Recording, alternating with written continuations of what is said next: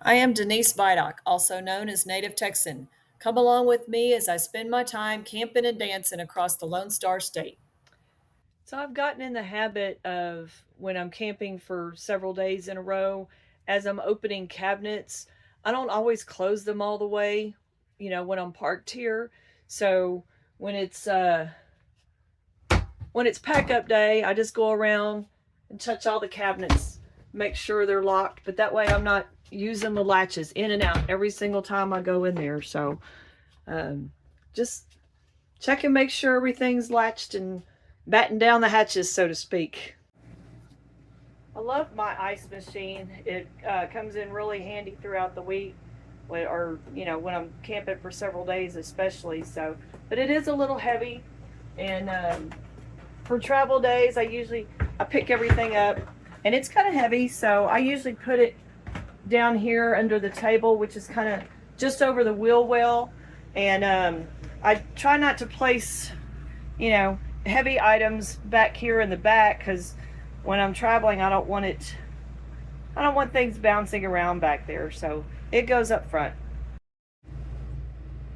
So when you're camping, what is something that you typically end up forgetting? For me, for some reason, turn off the water heater. I don't know why I forget that so often. So there it is. Got it done. So I'm going to bring in the slide broom, and I am in full sun right here. There are no trees in here, so I don't have to worry about it. There's nothing, I didn't have to crawl up there and look to make sure anything's on top because there's nothing up there. And I bring it in, and mine, the little lip comes in, and I still have room to walk around, so it makes it pretty convenient, especially if you have to stop on the road on the way in.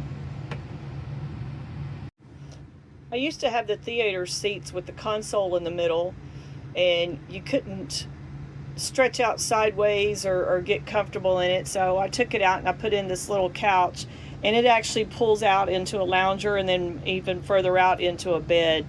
And it's not anchored or anything, it's kind of lightweight.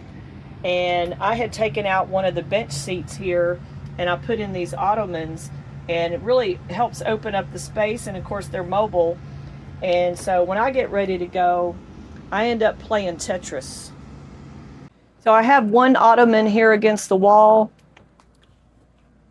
And this one comes out in front. And I've got my camping chair that folds flat. So I usually put it in the crack in between. And if I need to get over and do anything, I could still just step right over. So it just helps everything keep from moving side to side. And when you're putting away your electrical cord, before you disconnect it, make sure you turn off the breaker. I don't know how many times I've come into a campground to hook up and the breaker is still on. So turn it off before you connect. If you've got, you should have a surge protector. When you check your surge protector, make sure everything's good. Then turn it back off and connect your cord to your camper. Then you can turn it on. And when you get ready to leave, make sure you turn off the breaker first, then unhitch. When I set up, if I'm going to use my propane, when I open the lid and turn the tanks on, I usually leave the little latches unlocked and just a little bit, and I keep the door closed, of course. But when I'm getting ready to go, once I have it turned off and I latch it back, I know that part is done, so I don't usually have to recheck that. And on my hitch, I put a little piece of reflective tape right here, so when I'm backing up, even if it's a little bit dark or the glare's on it, I can usually pick out that white spot, and it helps me aim a little better. Once I wrap up my hose, I usually use the quick connects on here, and I usually put the two sides together just to keep any water from leaking out. And I use these wrap-it straps to put around, keep everything together, so when you open the door, it doesn't come sprawling out. And this one also has a nice little grab handle to it. So here's just a couple of tips that I've learned along the way, doing all my hitch up and everything. Once I disconnect my hose, I usually have my filter, and I loosen it up just a little bit at the top, and it releases the suction, so then it can drip while I'm putting away everything else. So once I'm all hitched up, I usually run my brake cord through the clip here just to keep it up off the ground. And I do have a separate carabiner on there. A lot of people hook it to the chains, but I don't. Take a final walk around, make sure everything's locked, pick up all your chocks. I used a red and white cord on my chock so I could easily pull it out, but it's also for visibility.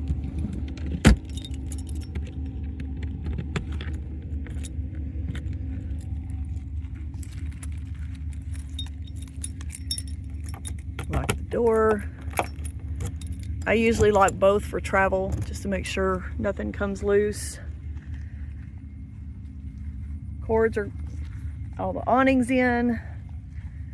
I have a setting on my truck that operates the lights for me so I can come back here and check. Make sure there's nothing hanging on the ladder. You don't want to air your underwear on the way home. Everything closed. Sewer's latched.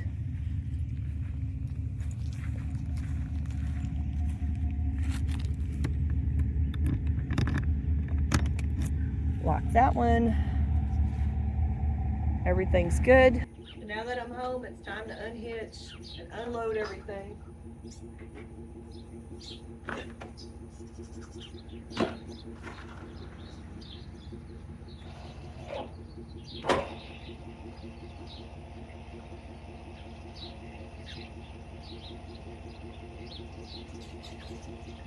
Your jack is slow, but it works.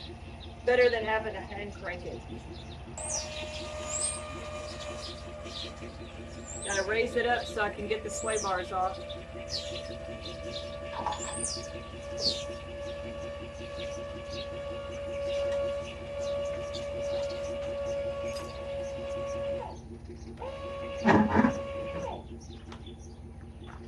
Up and over.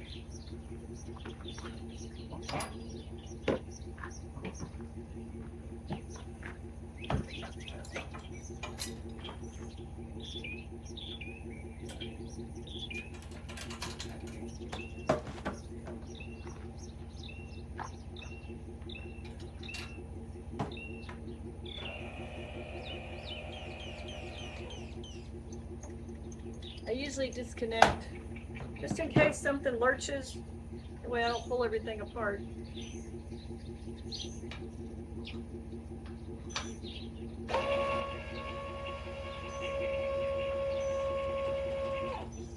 Take it slow when it's disconnecting so it doesn't pop out.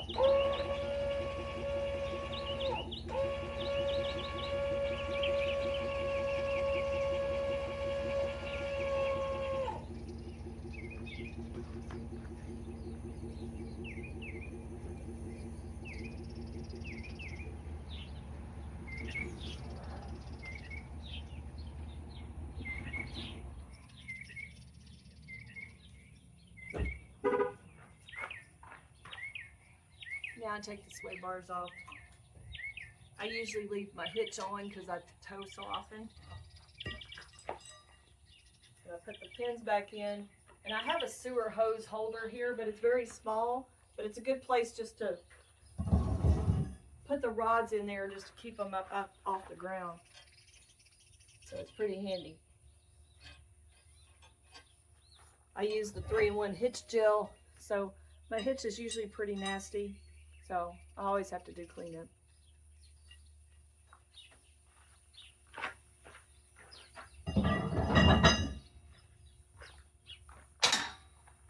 When I'm at home, I usually don't have to do the level because I know how my pad is. So if I retract this back down about to my knee level, I know that's the camper's level enough here at the house.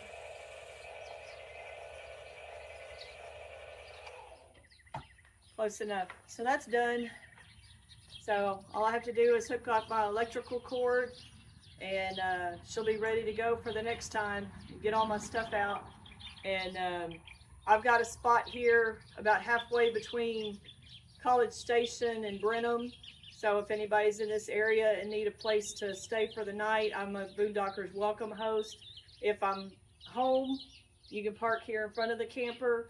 And if I happen to be gone for the weekend, which is most of the time, uh, if your camper will fit, you can actually stay under the canopy. So y'all take care until next time.